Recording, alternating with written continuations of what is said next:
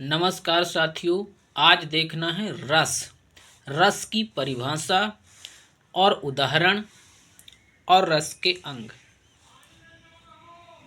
किसी रस क्या है? किसी काव्य, कहानी, नाटक, उपन्यास।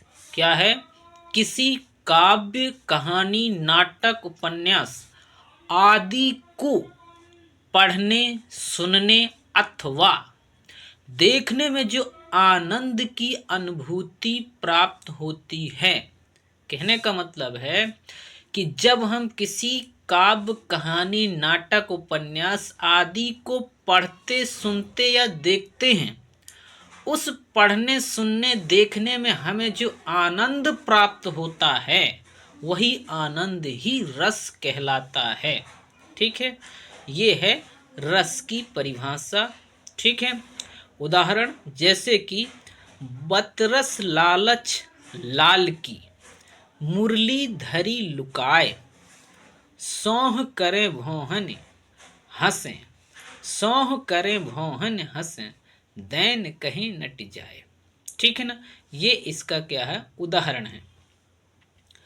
कृष्ण जी के बारे में लिखा गया है कि कृष्ण जी की मुरली मतलब छिपा ली है।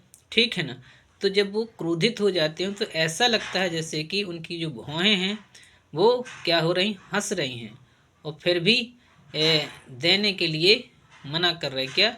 मुरली जिसने लुकाई है। ठीक है ना, अब देखते हैं रसों के अंग। रसों के अंग हैं।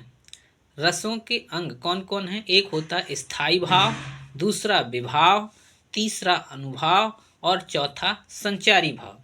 यहाँ एक कहा गया है कि जब श्री कृष्ण जी की मुरली मतलब छिपा ली जाती है तो उनको जो गुस्सा आता है वो बार बार मांगते हैं। ठीक है, और जब नहीं दी जा सकती है तो उनकी जो भौहें हैं वो देखकर बड़ी हंसी आती है। तो हमको यहाँ पर आनंद की जो अनुभूति होती है यही एक क्या कहलाता है? रस कहलाता है। तो इस प्रकार से क्या क्या कहा गया कि जब हम किसी कहानी, काव्य, नाटक, उपन्यास को पढ़ते, सुनते, देखते हैं, उसमें जो हमें आनंद प्राप्त होता है वही रस कहलाता है। ओके साथियों, अगर वीडियो पसंद आए तो लाइक, शेयर, सब्सक्राइब और बेल आइकॉन को भी प्रेस करना है। ठीक है ना।